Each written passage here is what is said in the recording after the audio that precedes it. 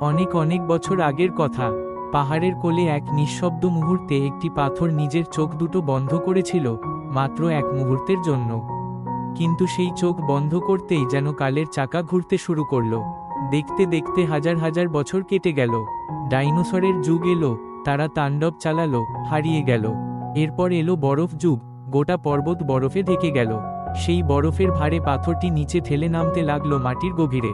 সময় এগিয়ে চলল। একদিন হঠাৎ করে এক মানুষের নজর পড়ল সেই ছোট পাথরের ওপর। পাথরটি তাকে দারুণ পছন্দ হয়। সে পাথরের নাকে এক রশি বেঁধে টেনে নিয়ে গেল নিজের ঘরে। তারপর অনেক যত্ন করে পাথরটিকে কেটে ঘষে মেজে একটি নির্দিষ্ট আকৃতি দিল। তখন থেকেই পাথরটি মানুষদের ঘরে কাজে লাগতে হঠাৎ একদিন যুদ্ধ শুরু হলো।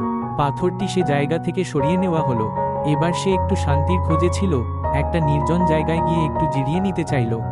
ঠিক তখনই হঠাৎ এক বিশাল হাত এসে তাকে তুলে নিল।